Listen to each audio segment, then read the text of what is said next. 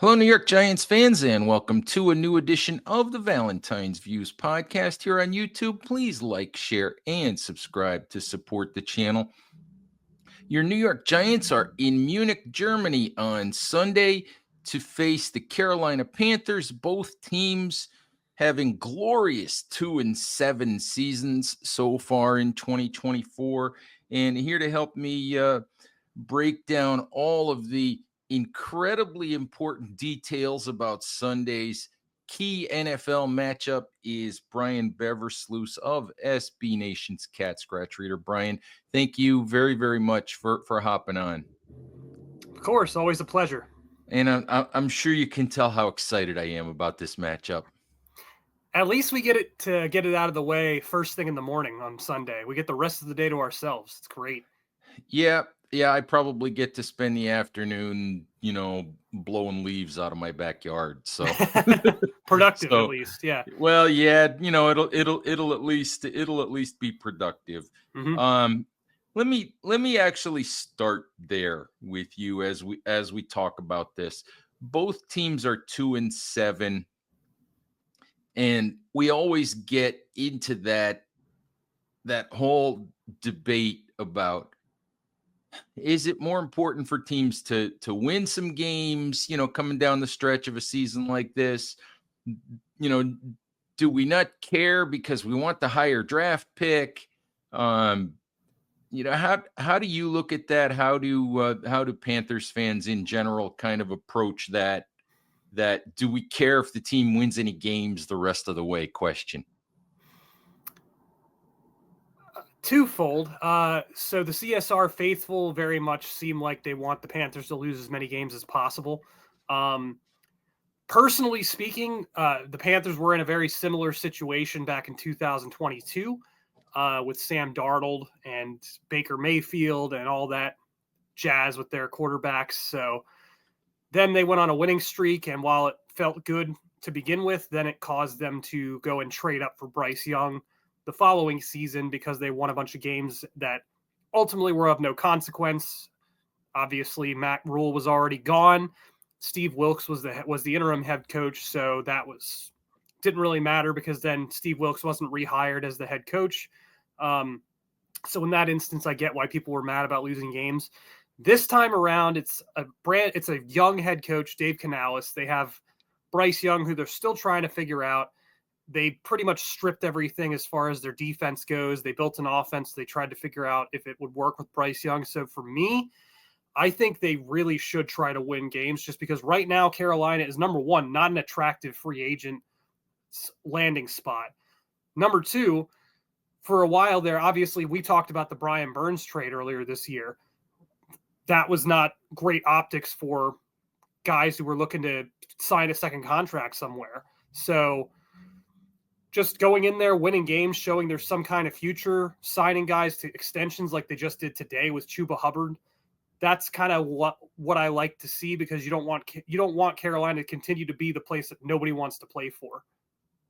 Yeah, and it's also, we always talk about, or what I always talk about at Big Blue View is, look, it may be a little different for Dave Canales because he's in his first year as a head coach, but a lot of these coaches, a lot of these front office guys, their jobs are on the line. A lot of these players, their jobs are on the line, their careers are on the line, their bodies are on the line.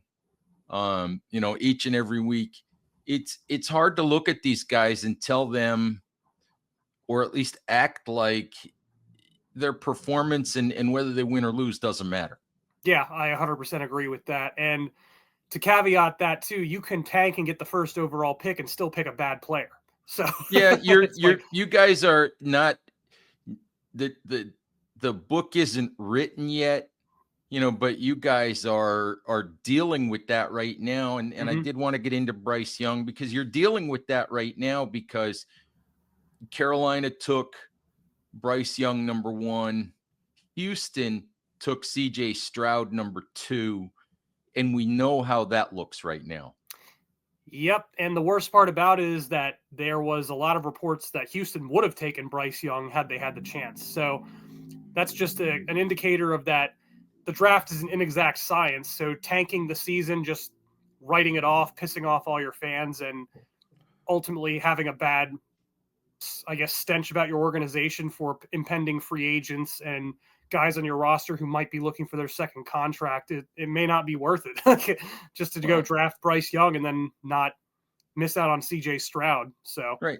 I always tell people that, look, it doesn't really matter where you pick. What matters is when you pick, getting it right. 100%. And I know there are Giants fans who are still angry. There are Giants fans who loved DeVito mania a year ago and who are still convinced that Tommy DeVito should be the starting quarterback and all of that. But there are also fans who think, oh, those 3 games that Tommy DeVito won cost the Giants a chance to draft Drake May, which is what they would have, which is what they would have done had they had an opportunity. They tried to trade up to go get Drake May, and and New England wasn't playing that game. So somebody asked me in a mailbag that'll post this weekend, how do you approach the rest of the season when you're 2-7? And I said, the only thing I said, aside from benching Daniel Jones at some point, which the Giants will have to do because of the injury guarantee and all of that he's got in his contract, you just play the games. You just play the games. You don't intentionally try to lose them all. You just play the games, and what happens, and then you figure it out in the offseason. That's how I look at it anyway. I 100% agree with that. And granted, it depends on your situation with the coaching staff and whatnot. But in the end, fans do get sick of losing. Like the Panthers are a great case study with that. 2 years ago, like I was saying, they were a terrible team. They went on a winning streak and everybody was mad about it. But now all the fans are just like, I just don't want to lose anymore. Like, it's they've been bad since Cam Newton left. They haven't been a good team. And it's one of those things where eventually, you can talk all about the optics and the objective, like, looks at things and the statistics and all that nonsense. But in the end, it's a game about feelings. It's a game about winning, like coming off of a Sunday and not being angry on Monday, So I agree. I think that especially when you have a bunch of good players on your roster, like the Giants have a bunch of very good players on their front 7, Brian Burns being one of them. You can't just quit on the season and then expect those guys to buy in the next year. Absolutely. And I look at, you mentioned Brian Burns, and I will just tell this quick story. I look at Brian Burns because I get a chance to get in the locker room after games, and that's cool. And when I can get there, I try to get there for practice once a week, so I get a chance to get in the locker room. And I look at Brian Burns, and he did a lot of losing in Carolina. He's doing a bunch of losing this year in New York, but Brian Burns is dealing with so many injuries right now. In the last 2 or 3 weeks, I've seen him on the injury report with one day it's a groin, the next day it's an Achilles, the next day it's a shoulder, the next day it's something else. But I look at this guy after practice, and he's dragging himself around. He's bent over at his locker. He's dragging himself through the season. And when you look at players like that, don't tell me that you can tell these players that the results on Sunday don't matter. 100%. It's sad because people kind of take the NFL, and fans especially in the social media age, they kind of dehumanize it, where it's like these guys are putting their bodies on the line. Sure, absolutely. Brian Burns is making a lot of money to do this, but that's not to say that he's not putting his own health and future health on the line for the entertainment of the fans. So yeah, it's you have to, and not everybody is able to do this, obviously, but when you get the opportunity to walk through the locker room after a game and you see how tired these guys are, when you see how beat up they are, when it's like you understand how much they're putting into it. And I will never tell them that winning a game was a bad thing to do. Never. It's a great way to look at it. But I did want to ask you specifically about Bryce Young. We talked a little bit about Bryce Young and CJ Stroud, and we know that Bryce Young's going to start this week, against the Giants in Germany. Where are you on Bryce Young at this point? Is there hope for him to be, maybe if not like the superstar, number one overall pick, a guy that justifies that, being picked there?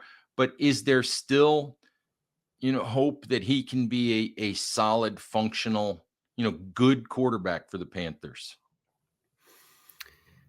Personally speaking, I don't know, but from a completely objective, unbiased, taking my fan cap off for a second perspective, he was better on Sunday than he was those first 2 weeks of the season. There were several drives where I was like, oh man, like that was a real nice throw, or he stepped up and made the throw. You see that he's not mentally fully there as far as like the game processing, the speed of the game. He's going to be physically limited when it comes to throwing the ball for the rest of his career. That's just never going to change. He can bench press all he wants. He's not going to throw the ball he's not going to have the cannon that CJ Stroud has as far as an arm goes. But I do believe that there is some hope, because I think that Canales wouldn't have rolled him back out there again if Dalton was healthy and he hadn't thought that there's any kind of reason to play him. So this is one of those situations, and they didn't win pretty either. Like they gave up way too many yards. They gave up, or they didn't have a lot of yards themselves. They lost the turnover game. They're one of the first. They're the first in the Super Bowl era, and I don't know the exact stats, but to win a game while losing the turnover battle, not having X amount of yards on offense and giving up X amount of yards on defense. So it wasn't like Bryce Young won the game or fully won the game, but he wasn't the reason why they lost, and he had several really nice throws. So I think this is going to be a situation where they ride the season out with him, see what progress he makes, if he can continue to make strides, and then reevaluate in the offseason. Personally speaking, I don't think he's the answer, but I'm willing to be wrong, and I'm going to watch and come to my own conclusions as it progresses. Best guess, Panthers in the quarterback market in the offseason, or you think they're just going to have to ride with what they've got for a while? I think they will be, if only because they have like 11 draft picks now after this week with the Jonathan Mingo to the Cowboys trade. I'm sure you guys enjoyed that, by the way. Love that. Love that. Yeah. I love to see the Cowboys do things that nobody else would do, like give up a 3rd-round pick for Trey Lance and give up a 4th-round pick for Jonathan Mingo. I love that stuff. Yeah, Mingo has never scored a touchdown in the NFL, by the way. Just a fun fact for you. So yeah, I do think the Panthers will be in the quarterback market, whether it's to bring in veteran competition or even at the top of the draft, because they have enough draft picks that they can go attack other needs elsewhere. So yeah, I do think they're going to be in the market regardless of what Bryce Young looks like, just because at this point, Andy Dalton, if he's not retiring this year, he's going to retire like next year probably. So that's where I'm at with it. So it could be mid-round, even something like that. Yeah, Maybe. even a developmental guy, I could see it Mhm. happening. But I do think they Sure. will bring one in because they don't have a Sure. contingency plan behind Bryce Young right now. So I want to ask you, I want to turn to something a little bit different. I want to ask you about Jonathan Brooks. Because it's weird. It's sort of odd how these things work out, because there were the stories in the spring that the Giants had Brooks in for a visit, that that the Panthers traded up to get Jonathan Brooks, thinking that if they didn't, maybe the Giants were going to draft Brooks. And now it looks like Brooks, coming off an injury, is going to make his debut this week against the Giants. Just your thoughts on Brooks, your thoughts on just sort of the oddity that he winds up debuting against the Giants. I really like Brooks. I think that Carolina traded up to get him because they targeted him as a prospect, which is not a good draft strategy normally. Like going up and picking a guy because you like him generally doesn't work out. They did that a few times this year in the draft, and objectively speaking, not a good idea, but they traded up for Xavier Legette. He's been very good for them. Jonathan Brooks was probably going to be a first round talent if he didn't injure himself. So I think it was just unfortunate that the Giants fell at this point in their schedule, because this is right where people thought, as even when he was drafted, that Jonathan Brooks would debut or at least start getting carries. I don't know if you're going to see him can't touch the ball more than like 5 times on Sunday. But overall, my view of Brooks is I really like him, and I think he's going to be a good 1-2 punch with Chuba Hubbard for at least the next 4 years after his extension. Dude's big, explosive. I'm very happy that we're going to see him play this week. Do you find it a little bit odd that the Panthers, you put that much into or drafted a back that early, and now that they've also given Hubbard this long extension, so they're putting a lot of resources into the running back position, which is sort of the opposite of what a lot of the league is still doing. So there's 2 arguments to this, but I get where you're coming from with that, because yes, putting too much resources into the running backs is generally a bad strategy. I mean, I love DeAngelo Williams, I love Jonathan Stewart, but the Panthers did that back in the late 2000 or the late 2010-ish area where even then running the ball was more important than it is now. So I get that part. I think the Chuba Hubbard signing is actually, there's a bigger picture to that, but just because of the whole, like I was saying earlier, the Panthers need to be a place that you don't just leave. You don't get drafted there and then go somewhere else. You don't go there for like a 1-year deal and then go sign a bigger deal somewhere else. So I think that giving Chuba that extension was more about rewarding a guy who's been there, who's chugged along, developed, and saying, hey, we appreciate you. You've been doing really well. Here's your money. But the flip side, look at the Detroit Lions. They spent a first-round pick on Jahmyr Gibbs. They gave a lot of money to David Montgomery. It's working out great for them. Obviously, teams like the 49ers have a bunch of running backs, but they're still paying Christian McCaffrey a ton of money. So I don't know. It's one of those things where I'll have a better idea of how I feel about it once I see Jonathan Brooks actually play. But the one thing I will say is that Dave Canales has been frustratingly giving the ball to Miles Sanders a lot this season, even though Chuba Hubbard is one of the most effective running backs in the league. For some reason, Dave Canales still has to draw up like 5 to 7 touches for Miles Sanders every game, even though Miles Sanders is averaging like 0 yards on those touches. So I think that's good news for Brooks in that there's going to be enough carries to go around once he's fully healthy. And that might be one of those things where you're actually helping both guys stay healthy and not running them into the ground by having 2 guys who can do different things, but also change in for each other. So it'll be easier to see what the end goal is once they actually start throwing out those plays they schemed up for Brooks. I had forgotten all about Sanders. They're paying him a decent amount of money too, aren't they? They are paying him, probably given inflation in the NFL with the cap space, probably a equivalent to what Chuba Hubbard just got.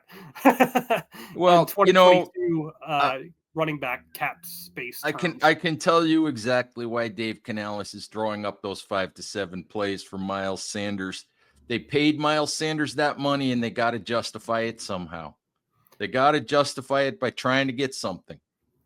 Maybe he does have a different skill set from Chuba, so I objectively get it. But it seems like every time he gets the ball, bad things happen. So I'm hoping the fact that Brooks is a big, explosive runner he's a lot different from Chuba in that regard. Mm-hmm. I'm hoping that he will get those plays, and then we'll be like, oh, it all makes sense now. Dave Canales wasn't just beating his head against the wall. Okay, good.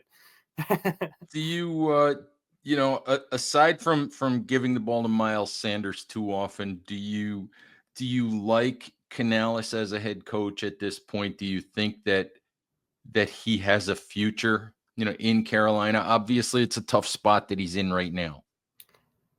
I personally love Canales, honestly. He gets a little preachy. He's definitely one of those super religious coaches who talks about like the plan and whatnot, and sometimes that can be grating when your team's lost 7 games already. So, but he's an offensive minded coach.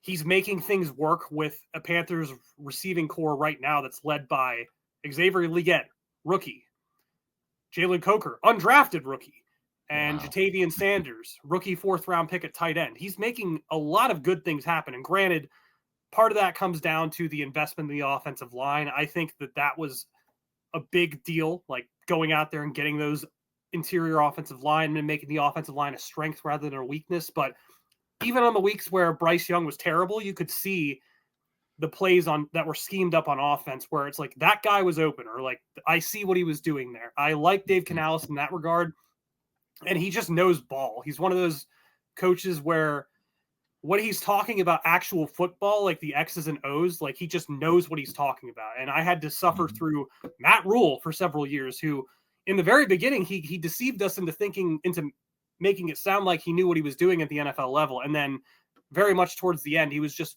very much a guy who was stumbling through interviews where you knew he was kind of making stuff up on the fly. Canales is just someone I could listen to talk about football for like a half hour. I love listening to him talk about football. He loves it. He loves the game. He's very strategic and specific. So I like him a lot. I think he absolutely has a history as long as they figure out the defense, which that's not happening anytime soon. What as you look at Carolina 2-7, obviously last year wasn't good either. And we've talked a little bit about Hubbard. We've talked about Bryce Young. You like the rookie head coach. Give me some other things maybe that you feel good about with this Carolina team as they sort of try to put a foundation in place and try to build something. Things I feel good about. Well, number one, I don't know how Ejiro Evero continues to put together a defensive game plan with no pass rushers and really one good corner, and his secondary is basically thrown together as duct tape. So I'm surprised they're not worse, and that's saying something for a defense that's really, really bad.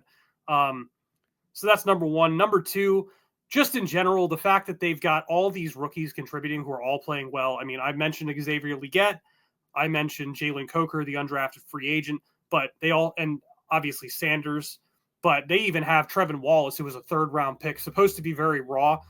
They had to slot him in because all their linebackers got hurt all at the same time, basically. And I love Trevin Wallace. Like he was that one of those players where you draft him in the 3rd round because he's got all the physical traits that you want to see, but not the mental game where he needs to develop that. And so far, I've just been seeing consistent progress. Is he going to be Luke Kuechly? No, probably not. But he's on a positive trajectory, which after last year where their rookie draft class was horrific last year. The best player that they probably had, and obviously the jury's out on Bryce Young, was 4th round pick Chandler Zavala, who had one of the worst grades ever as a guard as a rookie. He's been very good in this group or in this offensive scheme, but to have them flip the script and have all these rookies contributing is really my biggest positive, because Dan Morgan was an understudy to Scott Fitterer. So it wasn't even like Dan Morgan was an outside GM candidate. They promoted him after they fired Scott Fitterer last year. So for them to turn around and have what appears to be a really solid draft class is my biggest positive, especially with, like I said earlier, 11 draft picks next year. Nice. So I have to ask you, as a Panthers fan, as a Panthers guy, how insulted are you that the New York Giants are actually 6.5-point favorites on Sunday? 6.5. I'm not sure the Giants should be 6.5-point favorites over your local high school JV. But how insulted are you that the Giants are 6.5-point favorites? I'm actually not insulted at all, to be honest. The Giants' biggest strength is their pass rush. The Panthers' offensive line is very beat up. Bryce Young has been really bad with the pocket presence. So it's one of those things where the Panthers were better, I should say. They weren't good, but they were better last week with Bryce Young under quarterback or under center. But just the fact that they have basically all rookies that are going to be leading their skill positions. The running game is going to be there. I know the Giants are not great running or defending the run, but I could see them sacking Bryce Young like 6 or 7 times just because he's not great with the whole pass rush thing. So I'm not really insulted at all. I mean, the Panthers defense is not good and their offense is mediocre to average to maybe above average given the day. So I'm not really insulted at all, to be honest. I think the Giants, if they go in and the Giants don't do what the Saints did, where they just make a bunch of head scratching plays, the Giants should win this game. Maybe not by a lot, but I think they should win by 7 to 10 points easily if things go well for them. Yeah, the Giants, the Giants never, ever do head scratching things, Brian. Never, never. That never happens with the Giants. Right. Yeah, there's no reason why they're 2-7. And Right. so anyway, we will see what happens.